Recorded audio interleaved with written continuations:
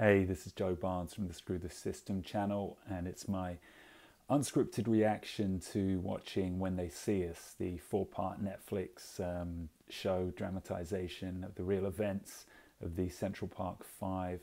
I'm making this straight after finishing watching the fourth episode. I watched it all over about a week-long period, and I thought I'd just give my thoughts because it's probably the most powerful or thought-provoking thing I've seen on TV for quite some time, TV or film, anything. And I came away disgusted, uplifted at the ending, sickened by the world and the system we live in. All of these different emotions. And I wanted to pick apart one or two of the themes of the series as well.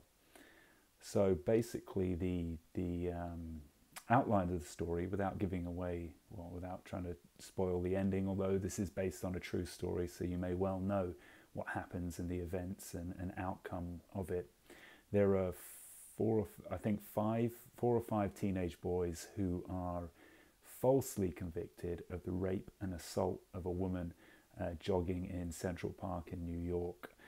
She's battered badly, left for dead, has hypothermia, has also been raped. And the police department, the New York Police Department, headed by the most revolting chief investigator, there's this horrible woman who has now apparently gone on to make a career writing stories, novels about police crime, I guess.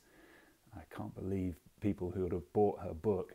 Anyway, she wants to convict these most unlikely of criminals, these five most unlikely of criminals, as I said. To be honest, it seems the only crime they committed was being black and being in the park. That's how they selected them. There was a whole group, maybe a group of 50 kids in the park, causing mayhem, but not causing teenage mayhem. Okay, it's annoying, and nobody wants to be subjected to being harassed. And they weren't doing, they were doing bad things, but they weren't, committing crimes such as rape.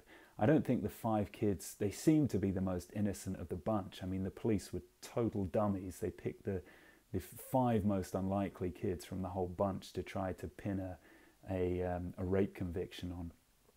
Anyway, they picked these five kids ranging in age, I think, between 14 and 16, beat confessions out of them, completely manipulated them for them to confess that they were guilty.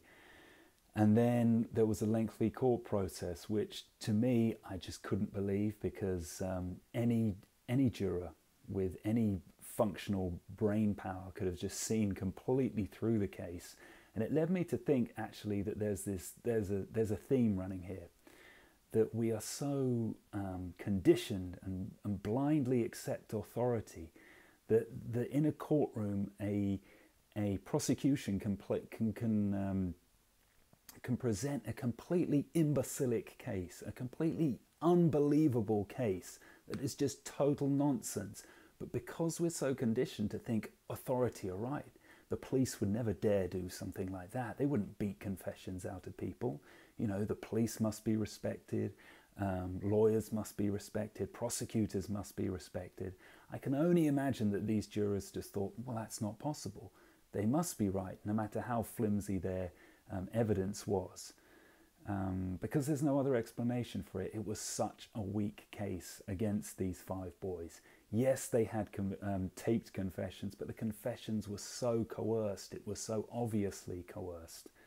But because I think we are so conditioned to believe in authority, these jurors believed it and convicted the five boys, who then went on to serve reasonably lengthy prison sentences. And they got out at various different times, and you follow their different stories, how they are adapting to life afterwards, what their life was like for them in prison. And then you see the ending as well. Probably the most harrowing of all of them was this boy, Corey, who wasn't even, I don't think he was on the police suspects list. He just happened to come and support his friend in the police station. So they pulled him along, said, what's one more person? Throw him in for the confession. Let's coerce this kid as well. Anyway, the whole series just shows you how appalling our system is and really makes you question why we need, well, actually, to be honest, it made me even go so far as to think, why do we need a police force? Really, is if this is what they're doing? Are they really there to protect us? Or are they actually there to carry out the agenda of the people higher up in the system? I definitely think there's a case for that latter part, that they're there to carry out this agenda, because they completely ruined the lives for 5 innocent young men, and for no other purpose than possibly, now this is the thing, they, not only were there racial undertones in this, obviously 5 black kids, the immediate assumption, the immediate prejudice was that they were up to no good. You know, they have to be doing wrong, of course, because they're in the park. There's that assumption, but then there's also the deeper elements of the system at play. You can imagine the cops who forced the confessions out of the kids were under pressure to fulfill statistics, you know, crime statistics, to say that this rape had been solved. You can imagine they were under pressure. You had a prosecutor who clearly didn't believe the police at all, yet she still went out of her way to get a conviction on these kids.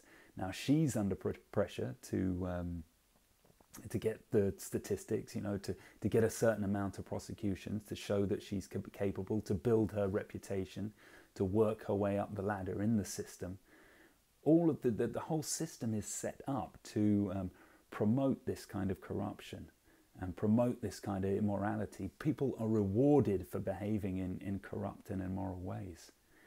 To be honest, what I think should have happened to the female chief detective and the prosecutor, they should have been, I don't know what has happened to them. I've kind of seen a few things in the press, and it doesn't seem that it's enough punishment. I think they should have been charged and convicted of attempted murder. That's what they tried to do to those boys. They tried to kill them, to take their lives away. And I don't know what sentence that carries in the US. I imagine it's pretty harsh, because they've got a really fucked up judicial and legal system. So I'd imagine they'd have been doing 10 years plus, which they should be doing, because they attempted to murder those kids. But I don't know what the repercussions are. Surely they're going to get some kind of, a lot of hate now, which they deserve. And I had no sympathy for them for whatever punishment they're going through, whatever they're suffering through, because they were trying to play the system. They were trying to advance themselves. Prosecutors certainly knew the boys were innocent, and yet she still went ahead. And that's the problem with this system. We have a system which rewards playing the game rather than seeking the truth. So my advice to you guys is watch that When They See Us on Netflix. It will move you emotionally. It will teach you a lot of lessons, and it's very powerful. So stay tuned for the next video.